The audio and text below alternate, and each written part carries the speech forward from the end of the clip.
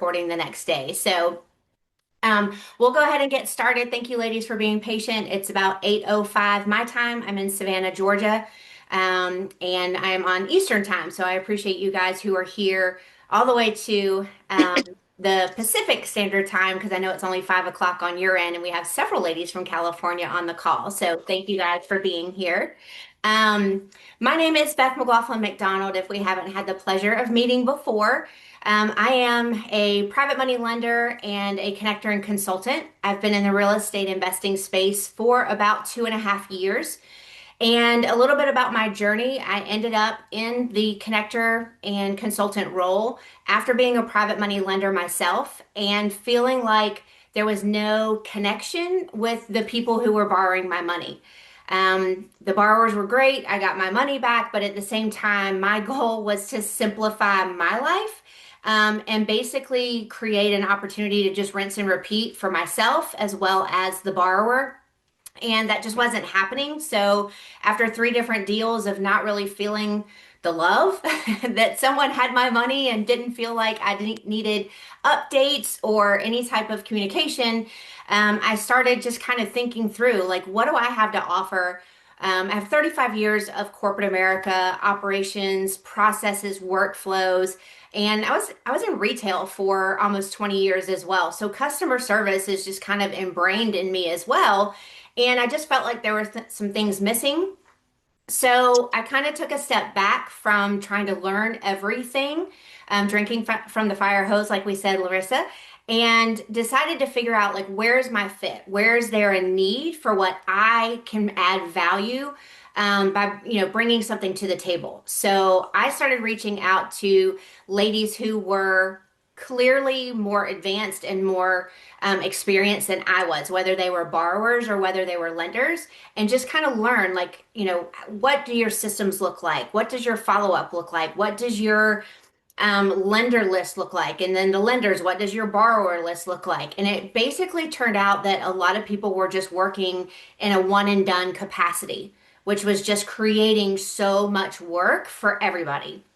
So I just kind of put myself in the middle and went to borrowers like Kim Ward is on here tonight. Kim and I have done multiple projects together, and I asked Kim like, how can I help? Like, what do your systems look like? How often do you follow up with your lenders? When do you pay them? Would it be helpful to get some systems in place, like updates on the 1st and the 15th? One day a month you pay all of your lenders. Like, how can we improve your process so that you do have more time to actually build relationships with your lenders, and then you also have things off of your mind, out of your brain, because they're now, they make sense now because you know that you're doing updates on the 1st and on the 15th.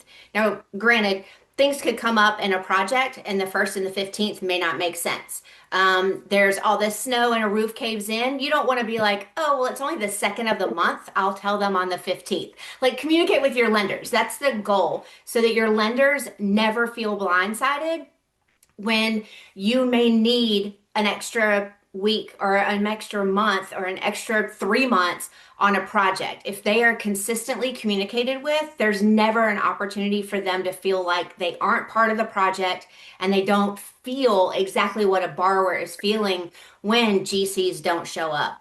When who knows what happens. I mean, there's so many different things, and I thought every time I heard all the stories, I always hear another news story. So you just never know what's happening on these sites, and you never know what the borrower is also already managing and dealing with. So having that communication and having those relationships, it allows lenders to give borrowers a little bit of grace. And it allows the borrowers to breathe a little bit easier too, knowing that their lenders are giving them some grace because we can only control so much. Now, everybody on the call is a woman, so we know how hard that is to give up control, but some things we just cannot control. And we just adjust and we pivot and move on in the process. So again, building those relationships is kind of the key of what was missing before, and that's what I try to bring to the table as a connector and a consultant. So I am in the deal with a borrower from acquisition to exit. So I'm a part of the underwriting. I'm a part of the transaction coordinating, where we're reaching out to title, we're getting the documents signed and notarized and sent to title for a good, clean closing. Um, and then making sure that funds are dispersed as they should be. And then again, throughout the process, 6 months, 9 months, 12 months, whatever it is, I'm part of the communication. I'm part of making sure that the lenders feel involved. And what we've found is, and again, going back to Kim as an example, Kim had a lender in a project and loved the companionship and everything that we were doing, and then turned around and she and Kim got into a deal together. And lenders who were already lending with Kim then started lending with Kim and this partner on that one project. So that's my goal, is to create this very simple process for all of us to work together and grow together in pods of ladies just helping each other to scale, whether it's someone who has the money and the funds to lend and they want to scale as a lender, great. There's a borrower who also wants to scale as a borrower. So connecting those dots and just being able to recycle that money and continue that relationship has just been, um, I mean, for me, it's just been such a blessing to watch how we've grown over the last year. And I'm excited to see what 2026 has in store. So, with that, does anybody have any questions about my role as a connector and or a consultant in the real estate space, in the investing space? Awesome. Okay, so my teaser, I'm super excited, you guys. So when I started working with multiple borrowers and my lender pool started growing as well, again, my goal was to create systems and workflows so that it would simplify everyone's life. And what I found was I started scaling and I was dropping the ball in certain places because I couldn't keep up with the growth. So I was seeing what the borrowers were experiencing, and I wasn't even working on the project. I wasn't even working with general contractors. I wasn't working with all of these people involved, accountants, attorneys, all those things. So I saw things from a completely different point of view and a different perspective. So again, I started digging in and asking the questions. How can I support my borrowers? How can I support my lenders and take some of the manual work out of a lot of what I was doing? Because we're all in this space to grow and scale, but not work a full-time job. And I was working 7 days a week, sometimes until 9 to 10 and 10 o'clock at night. And that's not the purpose of what we're all trying to do. So I reached out to a company who does um, a real estate investing portal and talk to them about my role. And so basically, I'm working with them. The company is called Left Main, and they are real estate investors and created their portal so that they could manage their projects. So after a great call with them, but also recognizing that system wasn't exactly what I needed, we realized that we could build off of that to create what I did need, which was somewhere for all of my lenders and all of my borrowers to be able to connect in one place and have everything that has anything to do with one particular deal all in one place. So instead of text messaging documents or emailing documents or go to your DocuSign account and find it, or, whatever it is, go to a Gmail folder to go find whatever. Everything will live in this portal. So it'll be a website front facing, and the borrower can log into a borrower backend and there'll be a borrower profile. So basically, what I've done as far as my due diligence goes on that borrower. So all of their information, their driver's license, their firstborn's blood type, all the things that would make a lender more comfortable working with that borrower. Now, does the lender have access to that information rightly? No, but it's there and it's a part of my process to vet that borrower. So next step, the borrower now has a project that she wants me to potentially raise capital for. So now there's a piece of that portal where the borrower has to upload all of the information for the deal and whether they have like a flyer for it or not. But I need everything. I need the addresses. I need to know. comps that they've already done. I need to know all of the things, the scope of work, a GC point of contact, all of that information will also live in the portal. And then if they don't have a flyer, obviously we can come up with one based on all of that information and photos and things like that. And anything that's like in bulk, that's, pictures or videos or what have you, those may actually live in a Gmail folder somewhere just for the sake of space, but you'll always get to it through the portal. So there would never be a time it would be like, oh, go to your Gmail link or go do this. It would always be go to the portal, go to the portal, go to the portal. So from the lender side, so a lot of you have probably filled out the PML partnership form. So that's a Google form that I created well over a year ago as my CRM. So now basically they're taking my Google form and they're implementing it into my portal for the lenders. So if I don't already have a PML partnership form from someone, then they would actually be filling it out now on my in my portal or on my website. So the same information will merge with what I've already created because we're keeping the form almost identical.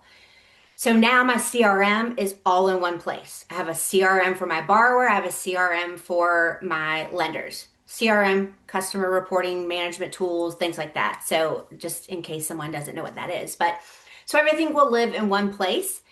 And then the cool part is if a lender commits to one of the projects, now the lender can log in and see that they are in a project with Kim and they can see all the details on that project with Kim.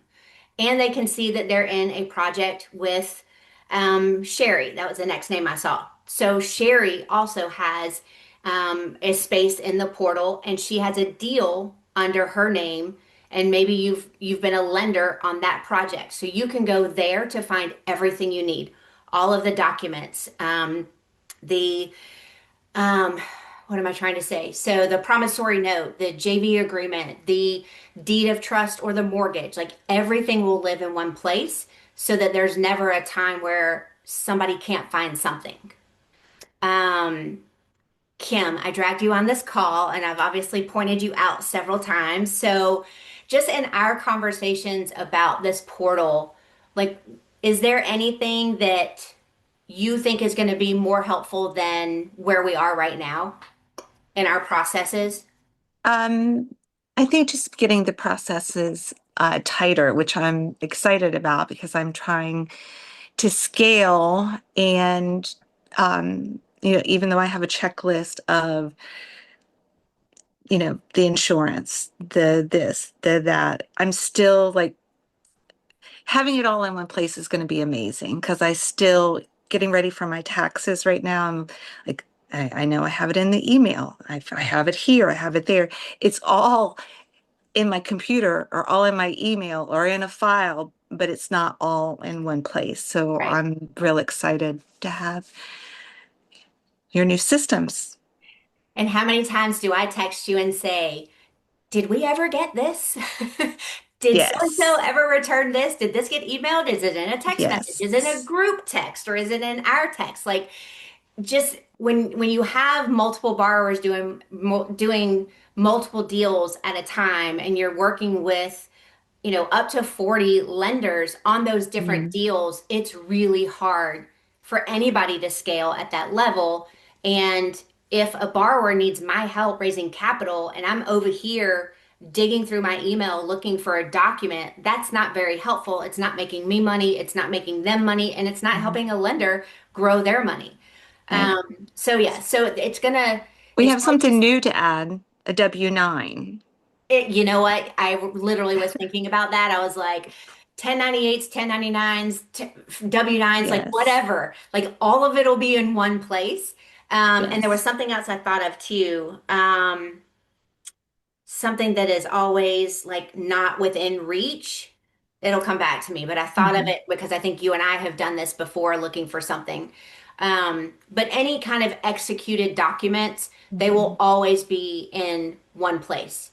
And the scope of work will be there, the timeline will be there, and what I'm super excited about is for a borrower.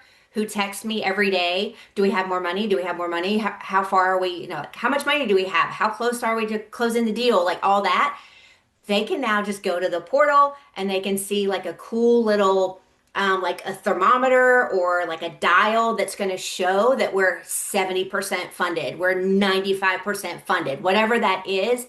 That now takes another layer off of a text message that now turns into 20 text messages, or a phone call that could have been a 30-second phone call about funding that now turns into 45 minutes of everything else in the world. So the borrowers will be able to log in and see where we are on the funding.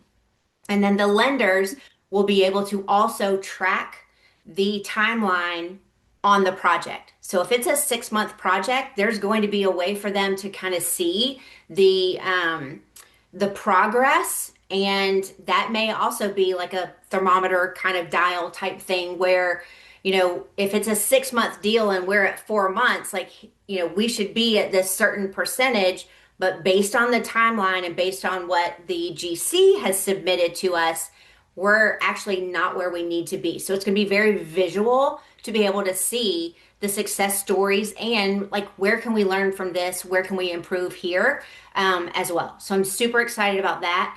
And communication will be within the portal. So anytime a GC maybe gives us pictures, the pictures will be put in the portal, and an email will go out from the portal, or a text message can go out from the portal that says, "Hey, PMLs, great news. The contractor has sent new progress pictures." So you can go straight into the folder to now see the new pictures or see the video or, any of that. Again, all in one place. I was actually with Kim on one occasion a couple of months ago, and my phone went nuts. And she was like, "What is happening with your phone?" So I picked up my phone and looked, and I had another borrower send like I don't even know how many pictures in a text thread with like 7 lenders. So I was not at a job, I wasn't working or in an office, but what if one of those lenders was at their job and got 14 pictures and a text message description with each of those pictures while they're at work? So I'm trying to eliminate some of that piece of it as well to again simplify. I don't know what kind of phones everybody has, and we all know that there are issues between iPhones and Androids, and when you start stacking in pictures and videos, it eats up the storage on your phone. So if you don't have the capacity to have all these things happening, then you may be missing out on information. So again, it's just easier to put it somewhere else. And I think, Kim, you and I were on the phone one day, and I picked up my phone and I had 44 text messages in a text thread with lenders from a borrower doing the same exact thing. So that just kind of like puts me on edge. So all I can imagine is what it's doing to everyone else in that text thread. Like, we all want updates, but there's got to be a better way to deliver those updates. So stay tuned with that. I'm going to share my screen for 1 second and show you guys. I only have a little bit to share because we're still building out. So it's going to be just a little bit more time still, but this is the mock-up of the homepage. Can you guys see that? Cool. And we'll still be cleaning some things up, but the services tab will be all of the partners I work with. So it might be somebody who does DSCR loans. It might be somebody who does self-directed IRA rollovers. It might be someone who does who knows what. But all of that, there will be links to all types of partners with people I work with in different capacities. Will be a resource there as well, whether you're a borrower or lender or both. If you come to the page, that's what you'll have an opportunity to go to that. Or people who offer transaction coordinating, people who offer underwriting, or appraisals, all of those things. There'll be links to other people and other providers there as well. But obviously, you'll scroll down the page, there'll be opportunities to go into different areas of the website. And as a lender, you'll be able to go and see all of the deals that I currently am raising capital for. So you'll be able to click on, like a picture of a house and dig in and see what all information is there. And you'd be able to actually commit funds to that deal right then and there. And what that'll do is just flag me to follow up with you to get that step, what the next steps are to get the ball rolling there. Um, so let me stop that. All right. Any questions? Any comments? Any concerns? Whose project is that house? It's Believe it or not, beautiful. it is, isn't it? Believe it or not, I told ChatGPT exactly what I wanted. Ah, I This want that is house. this is my yeah. this is my future. This is my future retreat home that I am going to have on a lake with that amazing sunrise, so that we can all, and each of those, like the four corners are all bedrooms with their own bathroom on the first and second floor. So like basically Chat GPT and I built this house together. Nice. You'll have it. One of these days, one You'll of be these having your days, your AI person with you, right? By right? that time, it'll be a robot walking around. So true. So true. My chat GPT's name is Ray, for those of you who don't know. I asked her a couple of months ago. Well, basically, I said, like, I need you to give yourself a name because I feel like we're really getting personal here. And I said, give me 5 options of names for you that you think make sense based on our relationship and the work that you do for me. And Ray, RAE, was the one that stuck out because she is my ray of light and my daily chaos. And Oh, I was wonderful. like, that's the one. I do want to say I really appreciate you and your gift that you have to organize things. Aw, thank I you. personally love or to be organized. I love everything organized, the cabinets, everything, all the stuff and the projects. I love it to be organized, but I don't feel I want it that way, but I go, oh God, it's too much work. And so to have someone who just loves it, because you Right. can tell that you I don't know what the right word to say is, but you shine when you're doing what you're doing because you Thank love you. it. I could see I it. do. And so I really appreciate having you and being a part of this team. In the It's community. That's great. the goal, Yeah, right? The community. community Yep, to community. Yeah. everybody to work together and find, like, who fits the little piece of what you're missing on your team, and everybody just collaborate. Yeah. I mean, and that's the best way for all of us to grow, is to do it together. So, I spent Great, all great my job. life in corporate trying to be a one-man show, and it doesn't work that way. So it took some hard lessons to figure that out. Don't tell my husband that I don't run the show, though. I won't. He's back here in the kitchen fixing his dinner. I can hear him. Beth, I have a Yes. question. Yes, ma'am. So, do you present or get those projects only from the network, this WREI Sisters Networks, or it can be from everywhere else? It can be from everywhere else. I was in RAIN, the WREIN network. I was in RAIN for 18 months, and I made a lot of amazing connections in that group. I'm no longer in that group. I'm in some other paid mentorship programs, trying to just kind of expand my reach and see, where I fit in and how I can help. A lot of my ladies who are both borrowers and lenders have either been in RAIN at some point or still are in RAIN. So, um, but I'm definitely trying to expand, outside of that network. But yes, borrowers and lenders both. I have a couple of borrowers that are male, and I have a couple of lenders who are male, but for the most part, it's women supporting women. Do you have a lot of lenders who want to invest in California?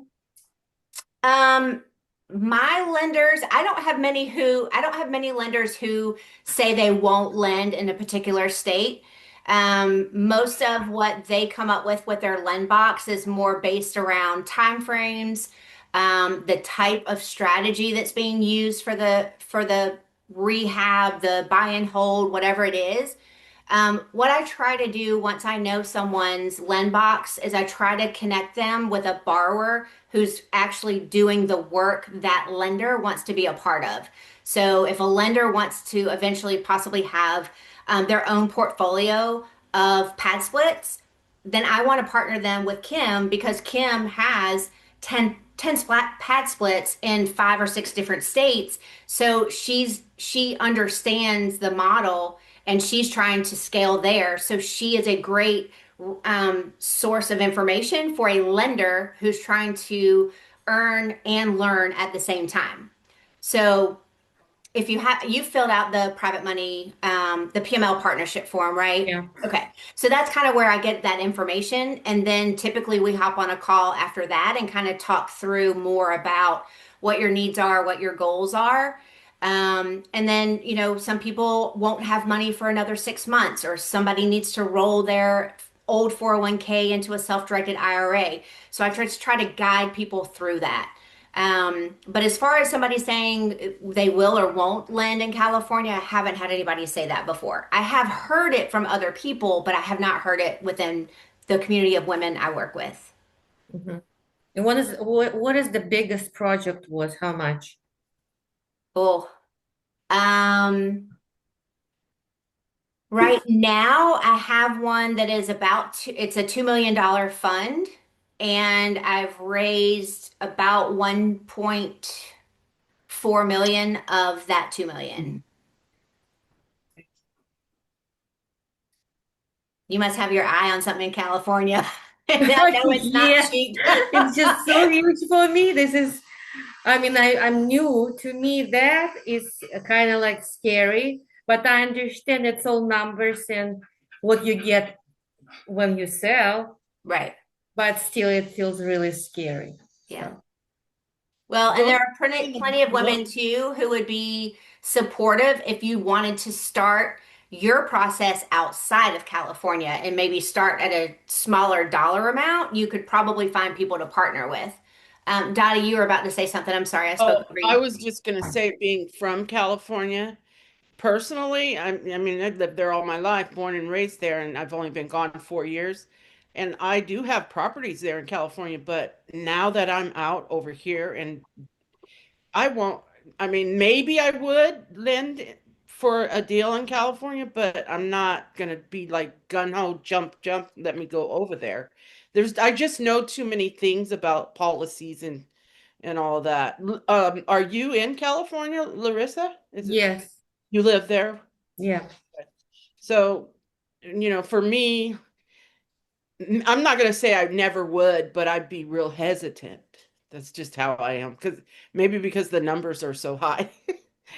A 450 Or home you here, know something like 2 we million don't, there. What's that? or you know something we don't. Also, if you're new and you're wanting to start real estate, just because you live in California, you don't have to build in California. Right. And partnering with someone who's building somewhere else just to get some of the experience is usually super helpful too.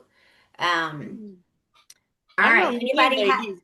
ladies in Northern California that are investing in Georgia. They live in California, and they have pat splits, quite a few of them, and rentals and all that, and they're investing in other places. So it's uh it's opportunity everywhere. For sure. Anybody have any other questions about my role and or the portal, the website, all of that? If not, we're going to move on to the next part. Beth, I have a question. When the portal will be ready? Because it's amazing. If I say it out loud, it has to happen, right? I would say by the end of February, just to be on the safe side. They've been waiting on me, of course, to get them some information, which I sent last night. So, they have some things for me to review, but we're gonna wait for them to do the additional things I sent last night. Um, and working with a mentor that I have too. There's some other things that I want to kind of tweak as far as like the rest of the website, like going down the website and things like that. So I'm gonna shoot for the end of February. I'd love to say 2 weeks, but that makes me super nervous. So I'm gonna say end of February. I do have a question. Yes, Um, ma'am. and not a comment. The question is, so the existing projects that you're working with, that you're coordinating with, are they going to be put into the portal as well when you expand that, Probably or so. are they going to be just the old way? I mean, depending on where we are in in the project, if it's a newer project, for sure, like just go ahead and move it over. If it's something that's like, you know, a week or two out from maturity, then if everything looks like it's going to be fine and it's going to close on time and things like that, then um, I may not. It's just it's gonna depend on like how long it takes me to learn how to do all of that and Yeah, or find someone who wants to do all of that. Because again, I'm trying not to get bogged down in the admin stuff because I recognize how much time that takes away from what I really enjoy doing. So, which is having these types of conversations and working with the borrowers and the lenders and things like that. And I'm just not in a place where I want to do the paperwork and the admin and the chasing and all of got that. got it. Okay, that's good to know. Yeah. All right. Well, we are going to move on to what we typically do on Mondays, which is present an opportunity. If you are a private money lender and you are looking to deploy funds, typically I have one borrower on these calls. I don't ever have borrowers talking about competing projects. I might have a borrower who has two or three projects going, but one borrower can hop on, and it's typically someone that I've already been working with. We've already done the underwriting. We have a transaction coordinator involved. We've gone through the numbers. We've gone through all of the things.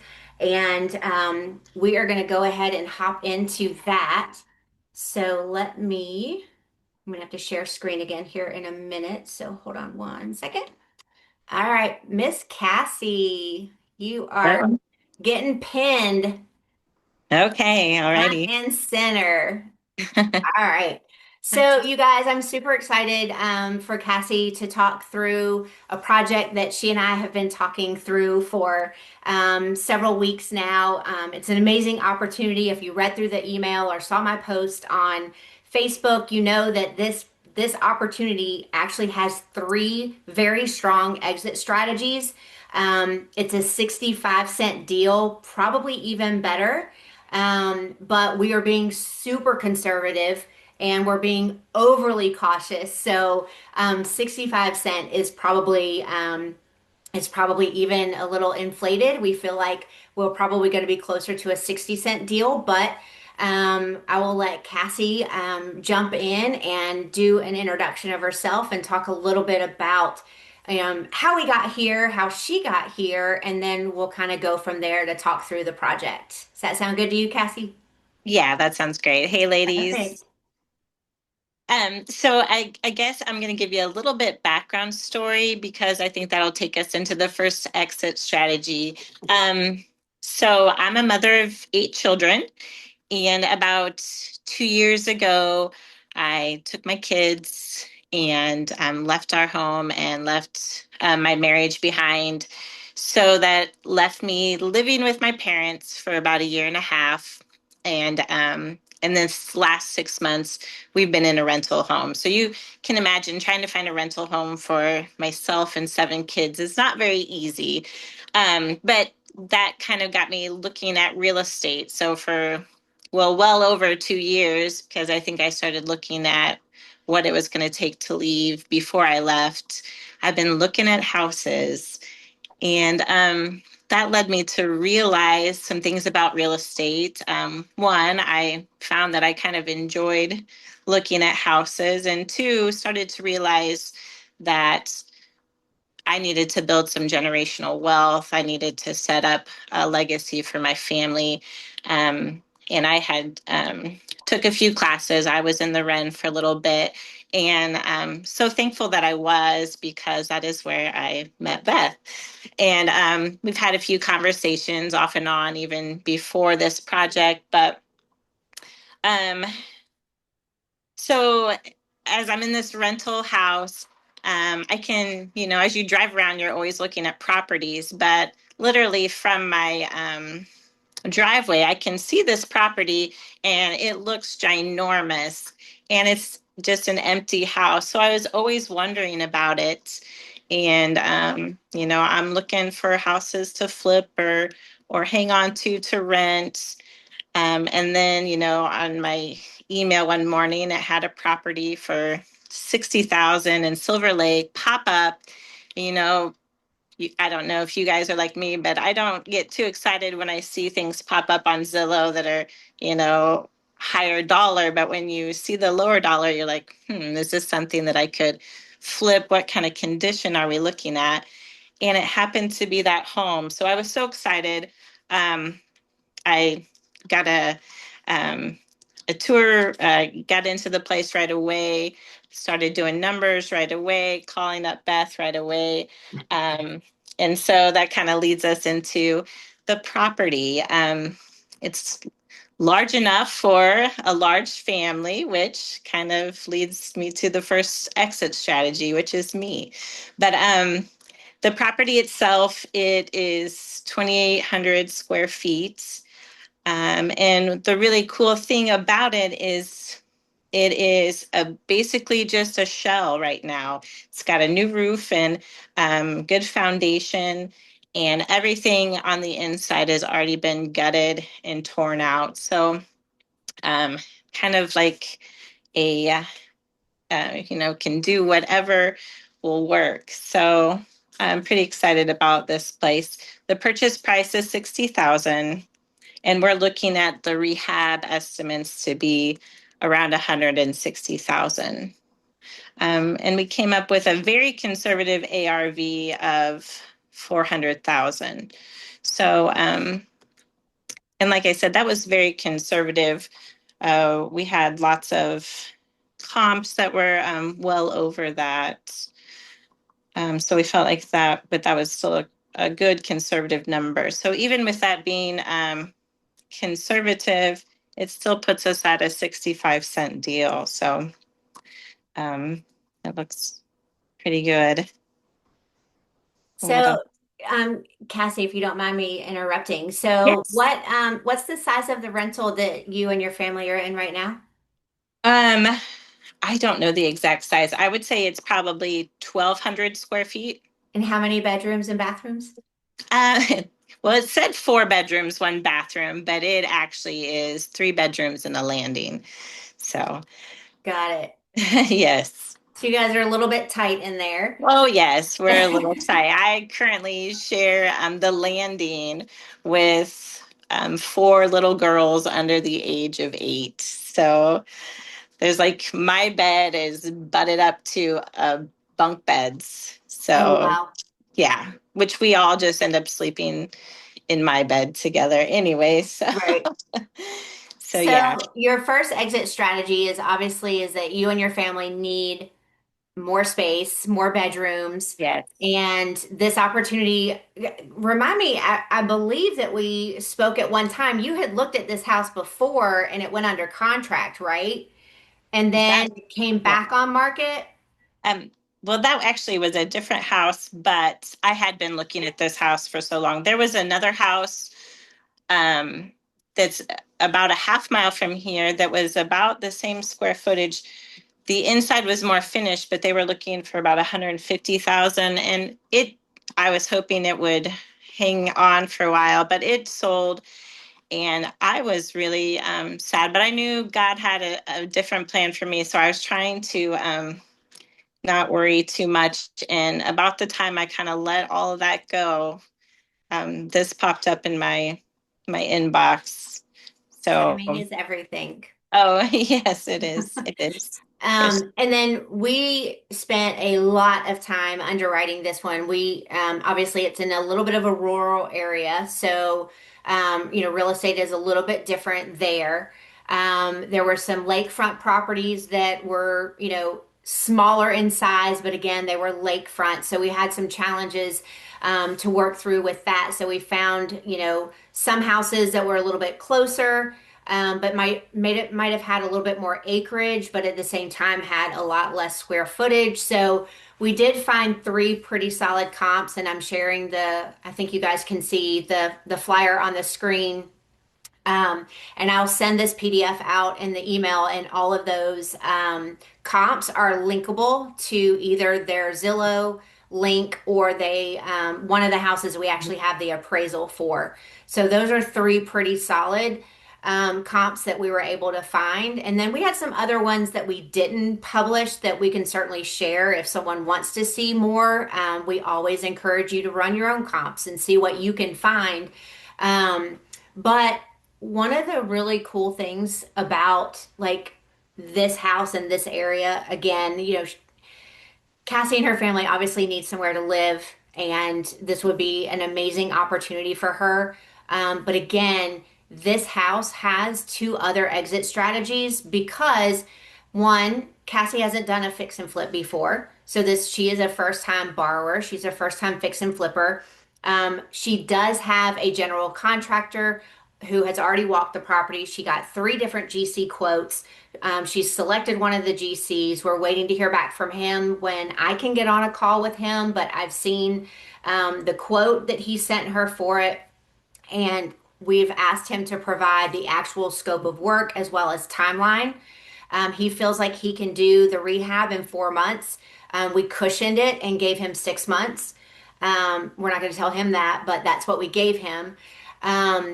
But again, going back to exit strategies, what a great story to tell if we're able to help Cassie. But Cassie knows that this comes with some risk. So we also have looked at putting it on the market and it's just a fix and flip when the time comes. Or being able to actually get a DSCR loan on it because again, it's at a 65 cent loan to value for the ARV that we got again on a very conservative area. So she would be able to get a DSCR and rent the property potentially. So three exit strategies, which a lot of properties don't come with those securities. Cassie, do you want to talk a little bit about your process, kind of like your expectations, what you're working on, to be the one who actually has the right to be the actual homeowner on the tail end? Sure.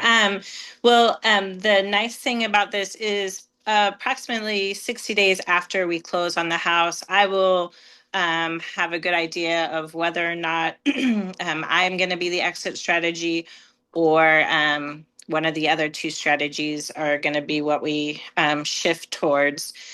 I should be mostly for me, what I'm just waiting on is some finalization with the divorce so that my credit isn't affected by his current mortgage and his truck loan and his home equity. So I'm getting my name off of all that should be done here in pretty soon. And so that's going to kind of lend us to know whether, okay, we should be good to go, or maybe we should move on to a different strategy. But for me, even if strategies 2 and 3 are what we have to shift towards, and I don't anticipate that, but it's still going to change my family's life.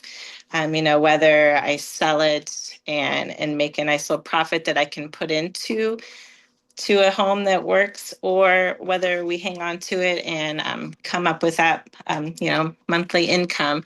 Either way, this will change my family's life. So I'm very excited about it. That's awesome. Dottie, I saw you had your hand raised, but then you took it down. Do you still have a question or did she just answer it? She answered it. I was wondering how her exit strategy came about, how she was going to get a loan. Was she going to Yep. get a conventional loan or, because you can't do a DCR loan. Yeah, Right, to live in it. Correct. yeah, Correct. just a So, conventional but loan. yeah, so it's just a conventional. You, Yes. you couldn't do an FHA loan where or they don't allow those kind with when you already kind of own it already. I don't know if that will qualify for FSHA or not. But once I find out that he does what he's supposed to do, I I've already got all my information into a mortgage company here, and so the gal, I'm sure she would give me any kind of strategies that might work for me. Okay, thank you. So let's talk a little bit about the terms. Let me make sure are they on the flyer? Yeah. Oh, well, maybe not specifically. I was thinking we did put them on there, but I'm not seeing them, so maybe we didn't. I apologize. So the total loan amount that we are looking to raise is 260. That will cover the purchase price, the rehab, all of her holding costs, which is 8 months, correct, Cassie? Yes. Okay. 8 months. So again, that's going to give her a little bit of time on the front end once we close for her GC to get, all the paperwork in order, get all the approval on all of the work that's going to have to be done in the house. So we need a little bit of time that really nothing's going to be happening on the front end. He says he can get it done in 4 months. So we're going to give him at least, a 5 month, if not a little bit longer cushion. We'll know 60 days in about whether or not Cassie is going to be the one, going through and getting the mortgage to pay all of the PMLs out. But there is room in the deal for the 12% APR. So over 8 months, it would be an 8% APR, and then 3 points on the back end.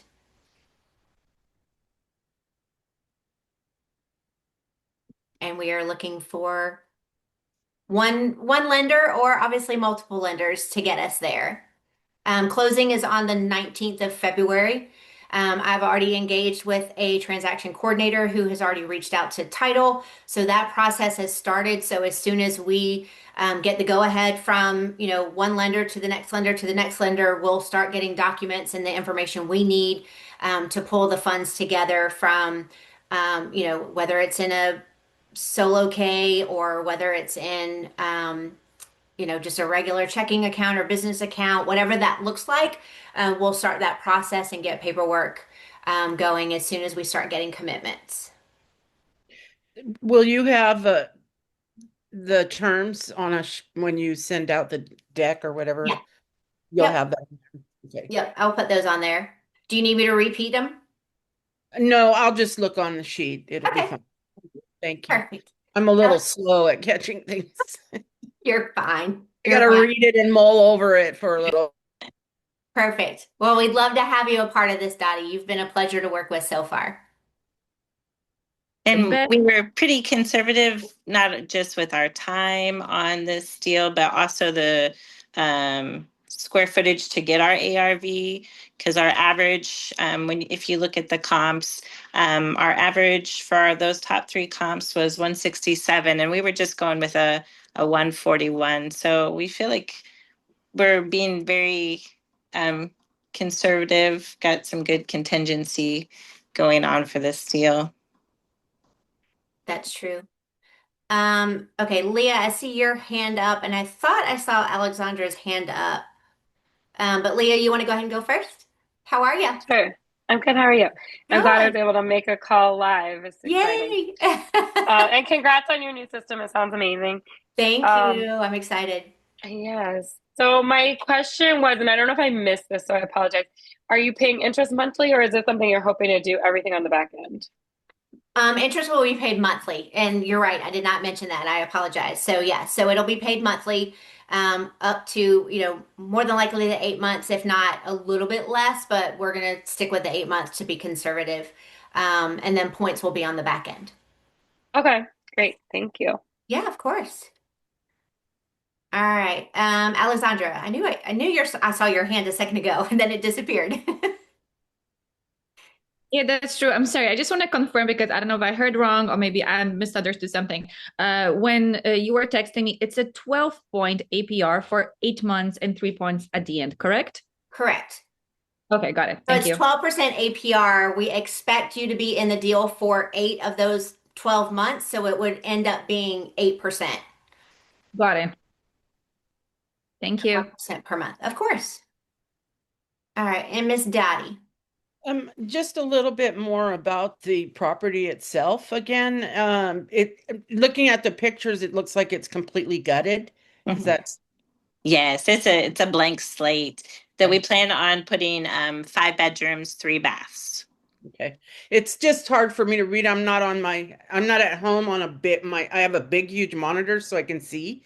And I'm on my laptop, so it's small. I'm over here squinting, trying to read it, and so that's why I was asking. So what is it currently now? I mean, was it a 3 bedroom, 2 bedroom? Because you said you're going to do 5 bedrooms. I don't know what it was. Since it's Oh, gutted, it literally, there is nothing inside. You can probably maybe see by the pictures if you can blow it up enough. But yeah, there is nothing. There is really just 3 large sections of house, the basement, and then two sections off of it's kind of like a tri-level, really, okay. because there's kind of 2.5 levels. um yeah, but and that's another thing about it being gutted too, is I feel like it takes away a lot of, or gives a lot more safety, because we're not going to get behind some plaster or get behind some old plumbing and find something disastrous, because there is none of that there. So I think that also is a little bit of safety and security in that as well. So, do you know anything about the foundation and all that? I know everything's stripped up. Well, first of all, I should ask, have you walked the property already? Yes, it actually is literally a walking distance, even in this terrible cold Oh, weather. wow. Yeah. Um, so yes, I've been in there with 3 different contractors, and then twice with the realtor. Um, yeah, and So you will the do your, foundation. I don't know if you can see the foundation. The block there yeah, is all pretty new. okay.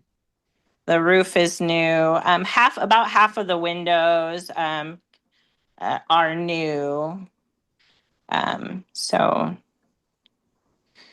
So And that's I great have that you're so close because you can, be almost a part of the project a lot. yes, for sure. They probably will be tired of me being I there. was about to say that's the best Like, part, go home already.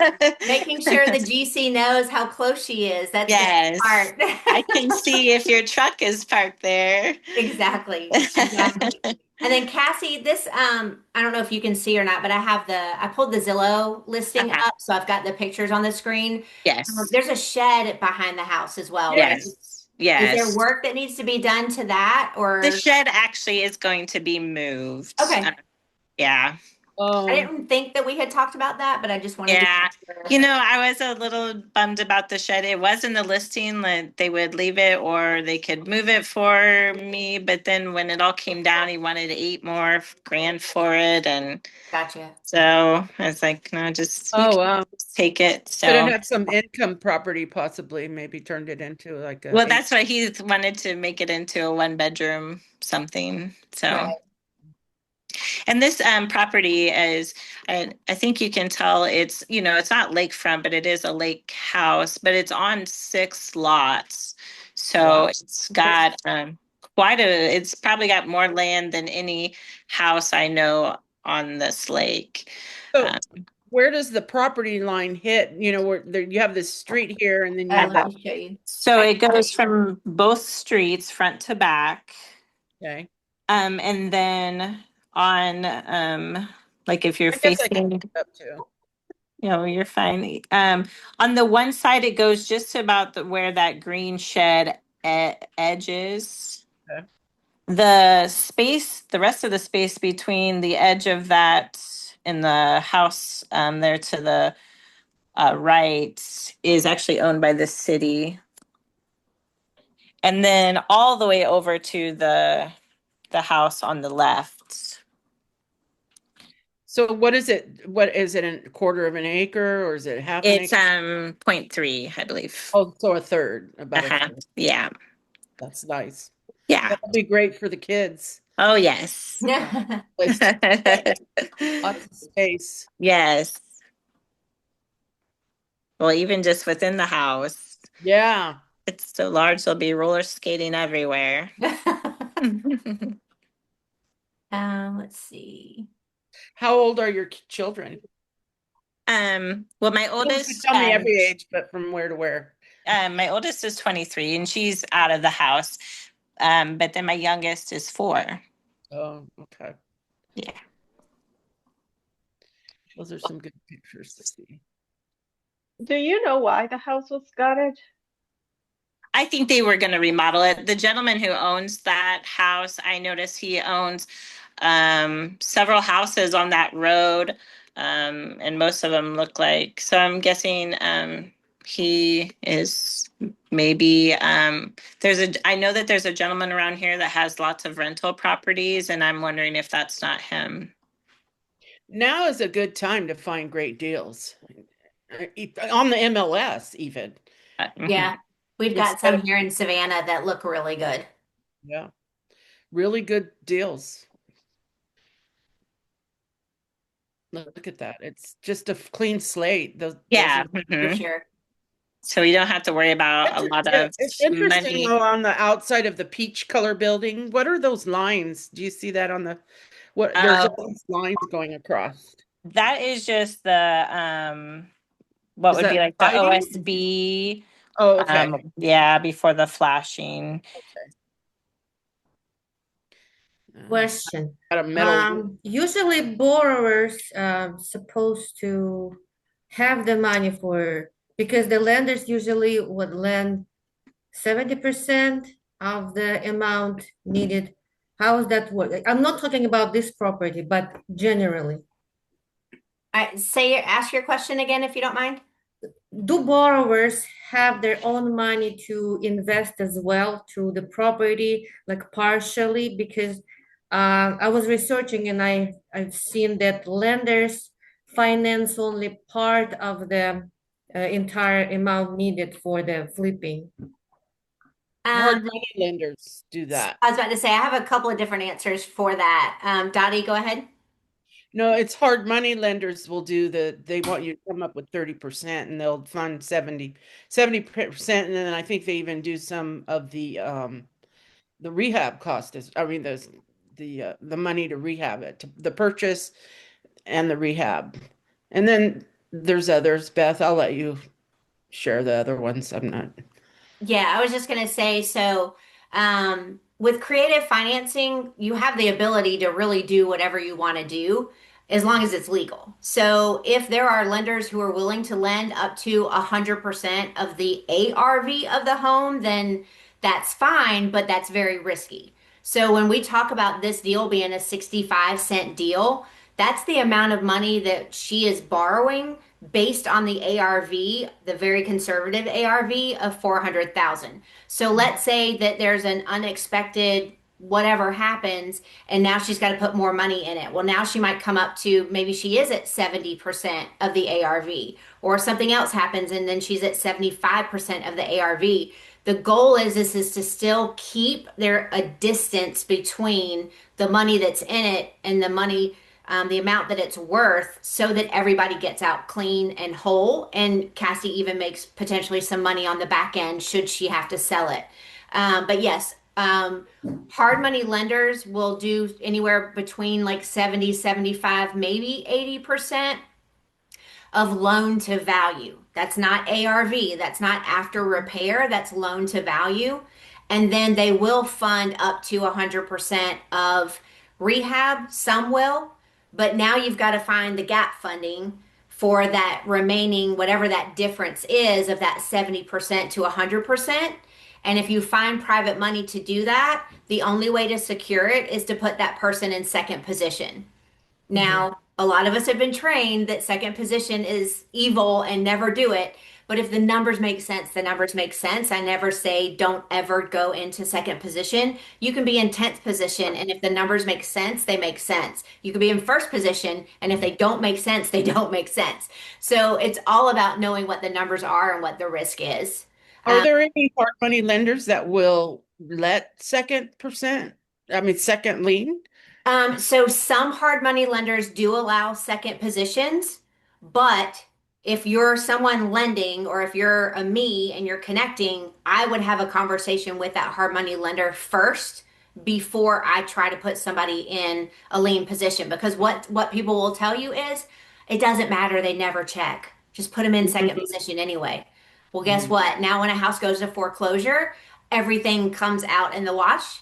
And now that second position Oops. person is not protected because the hard money lender took their money, took all of the late fees, took all of the interest they were owed, plus attorney's fees, and left that second position with nothing.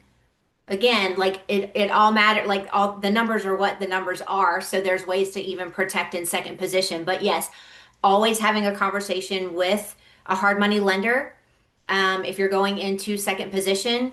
I even had a lender call me the day before she was signing documents to ask me about a deal. And she just said that something wasn't sitting right with her. She got a phone call that day from the hard money lender asking who she was and why title had called them about paperwork from her.